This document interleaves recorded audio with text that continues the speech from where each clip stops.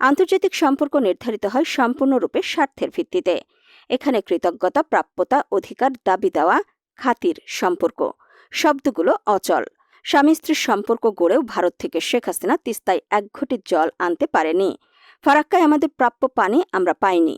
মুক্তিযুদ্ধে ভারতের অবদানের প্রতি কৃতজ্ঞতার তসবি জপেও পুশিন বন্ধ করা যায়নি। কাঁটাতারে আবদ্ধ একটি দেশ, যেখানে ঝুলে থাকে ফেলানিরা। প্রকৃতপক্ষে ভারতের কাছ থেকে প্রাপ্য অধিকার আদায় করার কোনো ক্ষমতাই আমাদের নেই। ভারত এটা জানে, তাই তারা বাংলাদেশকে এভাবে উপেক্ষা করতে পারে।